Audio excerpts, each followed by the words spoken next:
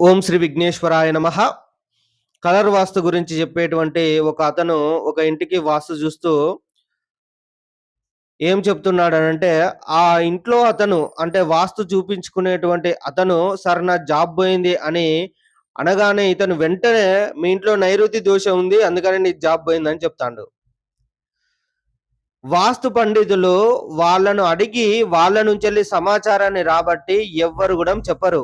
ని నిజమైనటువంటి వాస్తు పండితుడు ఇంట్లోకి అడుగుపెట్టగానే, వాళ్ళ ఇల్లుని చూడగానే, వాళ్ళ ఇంట్లో ఉన్నటువంటి సమస్యలన్నిటిని మనమే జెప్పాలె.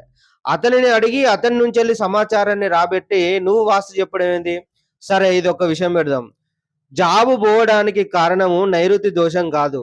తూర్పు దోషాలు, ఈశాన్య దోషాలుంటే వ్యవహార నాశనాలు, ఎటువంటి జాబు లేకుండా ఉండడం, సంతానమున్న అప్రయోజకులై ఉండడం, ఒకవేళ ఉద్యోగమున్న సస్పెన్షన్‌ను ఎదుర్కొని రావడము, సస్పెన్షన్ కావడము, ఇటువంటి చాలా రకాలైనటువంటి సమస్యలనేటువంటివి వస్తాయి.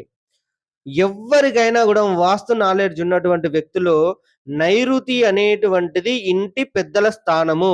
ఒకవేళ నైరుతి దోషాలు గనుక ఉన్నట్లయితే యాక్సిడెంట్‌లనేటువంటివి అవుతాయి. కాళ్ళు, చేతులు విరగడం, అకాల మరణాలు, యాక్సిడెంట్‌లు, అదే విధంగా దుర్వ్యసనాలకు బానిస కావడం అనేటువంటిది ఎక్కువగా ఉంటూ ఉంటుంది. ఇది నైరుతికి సంబంధించినటువంటిది. ఇది చెప్పు నువ్వు ఫస్టు. అంతేగాని వాళ్ళ నుంచెళ్ళి ఇన్ఫర్మేషన్ రాబట్టి ఎమ్మటే నీ ఇంట్లో ప్రతి దానికి నైరుతి దోషం, ప్రతి దానికి నైరుతి దోషం. నైరుతి దోషం అనేటువంటిది మరణస్థానం. నైరుతిలో నీరతుడు అనేటువంటి రాక్షసుడు శవ వాహనాన్ని కలిగి ఉంటాడు. అక్కడ బరువులు గనుక లేకపోతే అల్లరి చేస్తూ దుర్వ్యసనాలకు బానిస చేస్తా ఉంటాంటాడు. అకాల మరణాలను కలిగిస్తా ఉంటాంటాడు.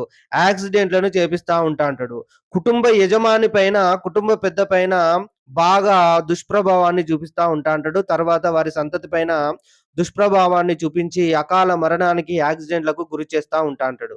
ఇది మనకు నైరుతి దోషం. ఇంకా కొన్ని చెప్పరాని విషయాలు గూడా ఉంటాంటాయి. అవి గూడాము నైరుతి దోషం కిందకే వస్తాయి. మనకు తూర్పు, ఈశాన్య దోషాలు ఉంటేనే వ్యవహారం మనకు ఇంకోటి తూర్పు, ఈశాన్య, వాయువ్య దోషాలు ఇవి గనక ఉన్నట్లయితే వ్యవహార నాశనం అనేటువంటిది అవుతుంటుంది. జాబ్‌లెస్‌గా ఉండడం అవుతూ ఉంటుంది. జాబ్ ఉన్నా గూడాము సస్పెన్షన్ గావడము, లేదా సస్పెండ్ గావడము, సస్పెన్షన్‌లో ఉండడం అనేటువంటిది ఉంటుంది. సంతానం ఉన్న అప్రయోజకులు కావడం అనేటువంటిది ఉంటుంది. ఇది అసలైనటువంటిది వాస్తు శాస్త్రంలో ఉంది. ఆ! ప్రతి దానికి కలరేసుకుంటే దోషం పోతది. కలరేసుకుంటే దోషం పోతది అని నవ్వుకుంటా, నేనస్తే వాస్తు దోషాలు మొత్తం పోతాయని ప్రజలను భ్రమలోకించుకుంటా నువ్వు మస్తు మోసం చేస్తా ఉన్నావు.